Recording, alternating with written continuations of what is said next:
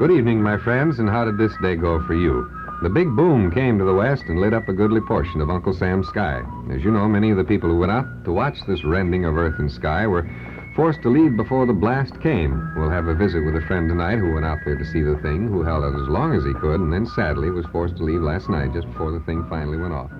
Now let's meet the friend for tonight. Bob Marchand. He's co-director of civil defense for St. Paul, a very vital job. And Bob is the fellow who went out to watch the big boom come off when they were going to test the endurability of Doom City or Survival City. And he has had a very interesting but somewhat frustrating time. Let's learn about it. When did you go out there, Bob? Let me see. It was on the 22nd, I guess. I've kind of lost track of time, Bill. It's funny, with all these postponements, I don't know, I'm beginning to think I don't know how to count anymore, but looking back, it was the 22nd of April, and that was shot day -4, according to the schedule, and the shot was intended to go off on the 26th. So I think you know the rest is history at this point. Well, now, would you give us an eyewitness account of what kind of an installation this is at Yucca Flats? At first glance, it doesn't seem very impressive. You have driven from Las Vegas to Yucca Flats over a road going through the desert, and the countryside looks just about like it does in the test area.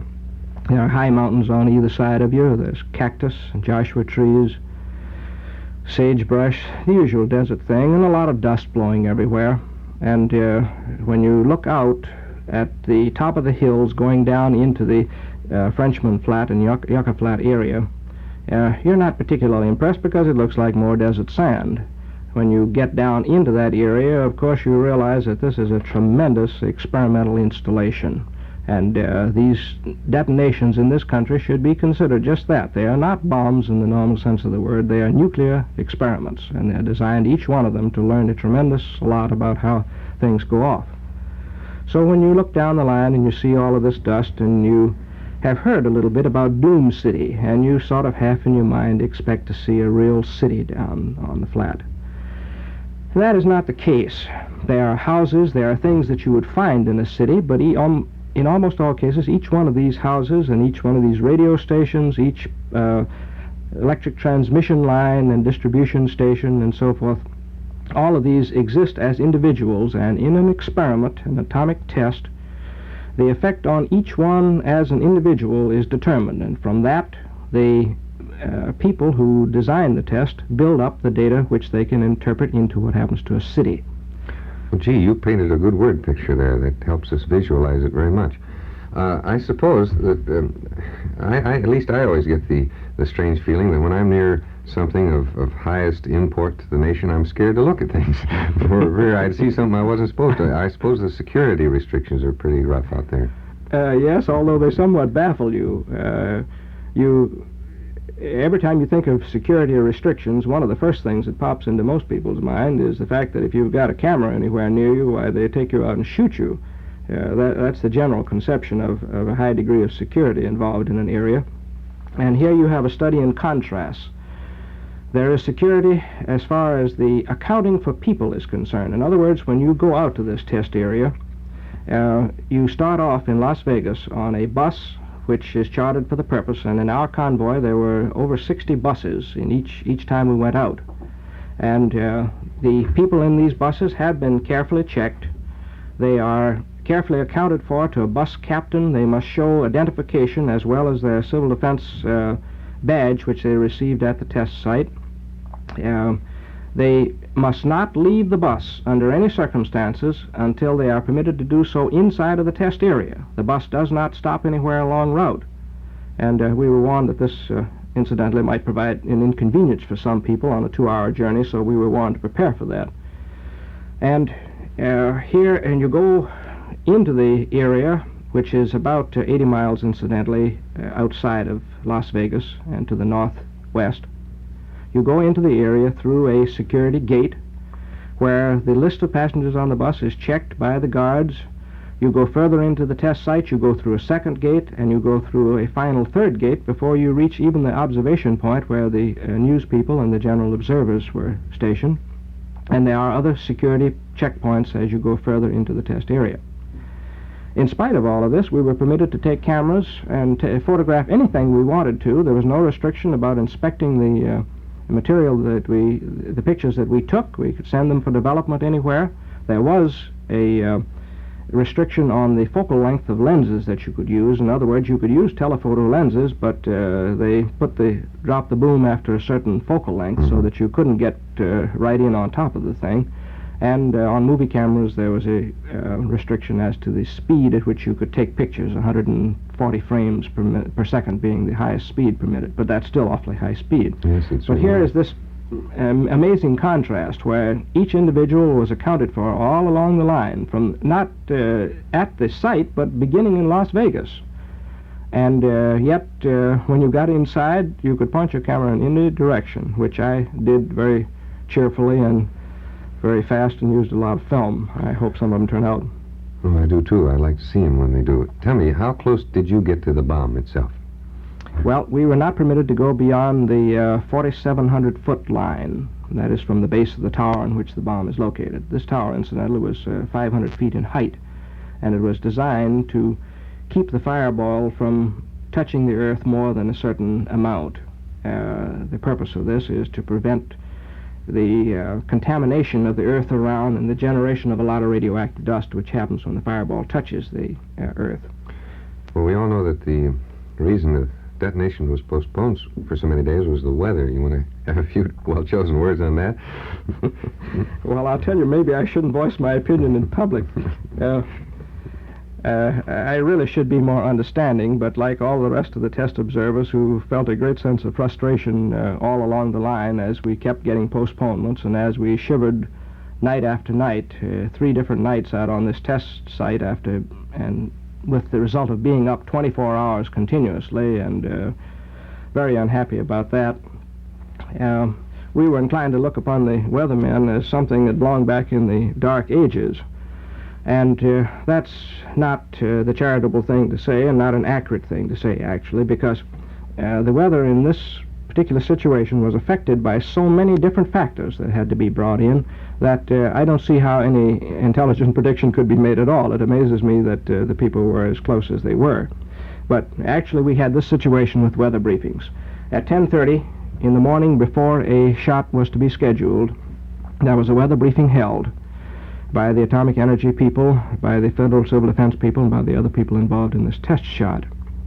At that time, the weather was projected for the next 24 hours in terms of cloud cover, which was important because there were more than 40 aircraft of different types that had to fly over the area on split-second timing during and after the blast. There were the troops that had to be moved, and there was the ever-present danger of fallout either on the observers in the test area or in the small towns surrounding the area. And the AEC has very strict standards with respect to that. Well, I'm glad that you went into detail on that, Bob, because it gives us further proof of the utmost care that the government takes in the behalf of all the people in such nuclear experiments. You know, believe it or not, we've run out of time, and we haven't even talked about some of the other things we wanted to discuss. I tell you what, let's make a date and you'll come back and talk with us about civil defense in our own area. I certainly would like to, Bill, because this is translated for me in terms of what we have to think about here, and there's some very important points that I think we learned, even though I didn't get a chance to see the shot. Well, you break things down in layman's language, and that's what we appreciate on Edition. Thanks for coming. And we've been talking, friends, with Bob Marchand. He's co-director of Civil Defense in St. Paul. Spoke about an old friend dropping in again. He's Bob Marchand, co-director of Civil Defense for St. Paul. Maybe we can get some answers from Bob as to, are we prepared, Bob?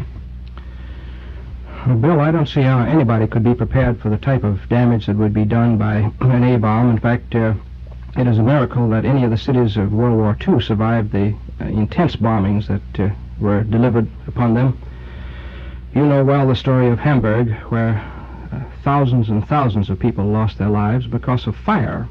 Actually, what happened in Hamburg was that we delivered such a concentrated dose of incendiary bombs and other types of bombs on the city, but largely incendiary bombs, that a great portion of the city was ablaze at one time. And when you have that sort of a situation, you have a problem in a lot of combustible material burning and not enough oxygen to support that combustion. What happens then is that the intense heat takes the flames a tremendous distance in the air, and in order to supply more oxygen, wind pours in from all directions in a great circle around the conflagration. This is what's known as a firestorm. It is also the type of thing that developed after the dropping of one bomb, one atomic bomb on Hiroshima. It is a terrible thing, because people, even in bomb shelters in some places, were smothered for lack of oxygen. It is a thing that focuses to our attention what can happen in an American city if we do have an atomic bomb drop on the city, and we are not prepared for it. That was well put. Recently, there was a group of people in England that I guess they observed some atomic tests and decided, well, they weren't going to even bother with civil defense efforts. It was no use. Somehow that is not in keeping with the instincts of a healthy people. Do you think it's a good philosophy? No, I certainly don't, Bill, and I don't think anyone in America subscribes to that philosophy. We have the feeling here that we are, to some degree, masters of our own destiny. We have that, I think, in all humility to the God who created us. But nevertheless, we feel that our destiny can be assisted by our efforts, and therefore anything that we do will better our situation. You'll have to admit, though, won't you, Bob, that people in our country have been somewhat apathetic about their own responsibilities to their civil defense? They certainly have. I think maybe one of the reasons they have been is because they really don't deep in their hearts believe that anything will happen to us. I think we are overcome with the same old philosophy that was current in this country at the beginning of World War II, that we are so great and so powerful and that we have so much in the way of an atomic stockpile now that nobody will dare to attack us. And I think nobody in their right minds would. But the people of Japan, the military leaders, when they decided on Pearl Harbor, were they in their right minds? I think we've got to ask ourselves that question. And people in charge of a dictatorship, people who are faced with the possibility that that dictatorship may decay because of lack of interest and lack of movement, may decide that, as a last resort, if they can't get going any other way, that they may take a chance on launching a war. And that is the kind of thing we've got to be prepared for. Well, you're right. No one has ever successfully accused a communist of being in his right mind to begin with. Could you tell us a bit about, break it down into the things of interest to the people who are listening at their homes now or in their automobiles? How can each person help the most? Bill, we are having something of a problem within the civil defense organization, trying to decide what is the best course. And I think that is understandable when you realize that the whole character of the destructive effects of weapons has changed over a period of time. Since the first A-bomb was exploded, we have built bombs which are many, many hundreds of times more powerful in their destructive force. So we have had to come down to some very basic thoughts of what to do in self-protection.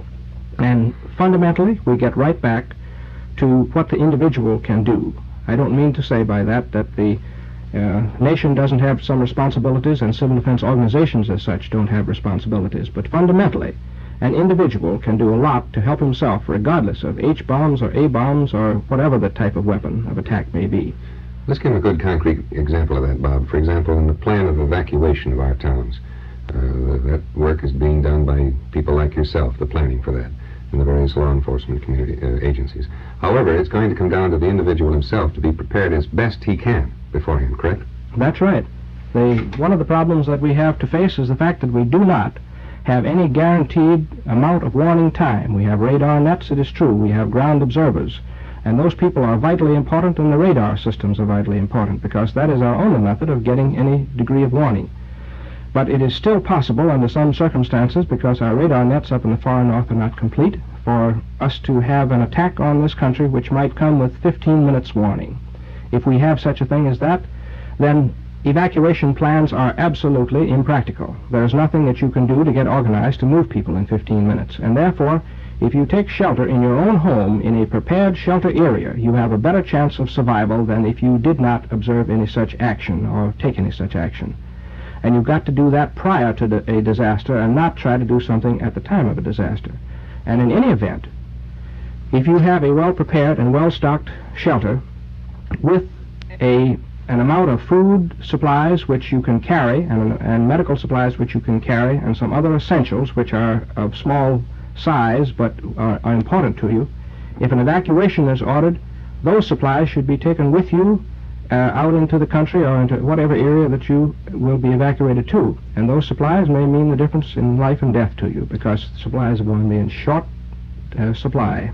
Could you give us a few simple examples of the equipment that should be possessed by each family? Well, we in St. Paul, as in most communities, Minneapolis and the surrounding communities, all have done much the same thing, have prepared a list of materials which we feel are vital to your survival for a 24 to 48-hour period. They include some canned foods, some fruit juices, some first aid supplies, a very minimum, flashlight, things that you normally don't even consider that you may need, but which in the absence of electric power and in the absence of refrigeration and in the absence of any other supply may become vital to you and your family. Those lists are available to you through your Civil Defense Office, and you can call your Civil Defense Office in St. Paul or Minneapolis or any of the surrounding communities, and those lists will be furnished to you free of charge.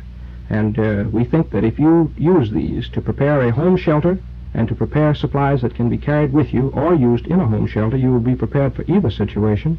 An evacuation, if that is ordered, and certainly if there is time for it, that is the best solution. If there is not time, duck and cover in your own basement is still a thing which may give you a chance of surviving.